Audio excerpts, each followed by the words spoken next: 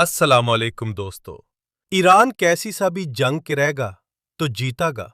सिर्फ ईरान ही क्यों का, ईरान वालों का ईमान मजबूत है और जिनका ईमान मजबूत होता है उनका साथ अल्लाह होता है। आज हम बात करने वाले हैं एक ऐसी हदीस की जो ईरान के लोगों के मकाम को बयान करती है। ऐसी बात जो शायद आपने पहले कभी डिटेल में नहीं सुनी होगी। क्या वाकई रसूलुल्लाह सल्लल्लाहु अलैहि वसल्लम ने ईरान के लोगों की तारीफ की? आइए जानते हैं।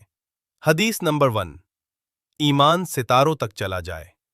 रसूलुल्लाह सल्लल्लाहु अलैहि वसल्लम ने फरमाया, अगर ईमान तरया पर भी चला जाए तो फारिस के लोग उसे हासिल कर लेंगे।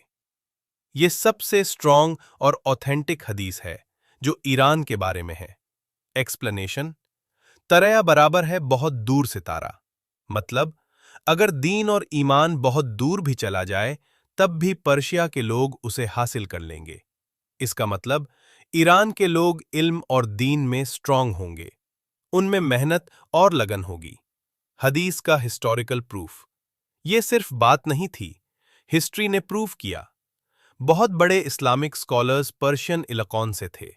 इमाम बुखारी, इमाम मुस्लिम, इमाम तिर्मिजी, ये सब लोग ईरान/सेंट्रल एशिया के इलाकों से थे।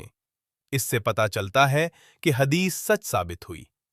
हदीस नंबर 2। इल्म के हवाले से रिवायत। कुछ रिवायत में ईमान के साथ इल्म का लफ्ज भी आता है। मफहूम, अगर इल्म सितारों तक भी पहुंच जाए तो फारिस के लोग उसे हासिल कर लेंगे। यानी ईरान के लोग नॉलेज सीकर्स होंगे, दीन को समझने और फैलाने में आगे होंगे। विकिपीडिया। Deep meaning. इस हदीस का मतलब ये नहीं कि सिर्फ ईरान के लोग ही अच्छे हैं, बल्कि इसका मतलब है इस्लाम किसी एक कौम तक लिमिटेड नहीं। जो मेहनत करेगा वो दीन हासिल करेगा। अल्लाह जिसे चाहे इज्जत देता है। सबसे स्ट्रॉन्ग हदीस वही है जो बुखारी और मुस्लिम में आई है। इस्लामिक स्कॉलर्स के नज़दीक बुखारी और मुस्लिम की अहदीस सबसे ज्यादा ऑथेंटिक होती हैं।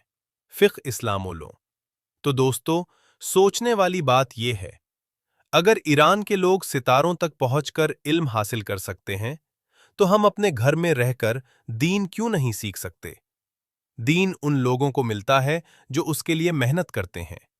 अगर आपको ऐसी अहदीस पसंद है तो वीडियो को लाइक करें, शेयर करें और चैनल को सब्सक्राइब जरूर करें। अगर चाहो तो मैं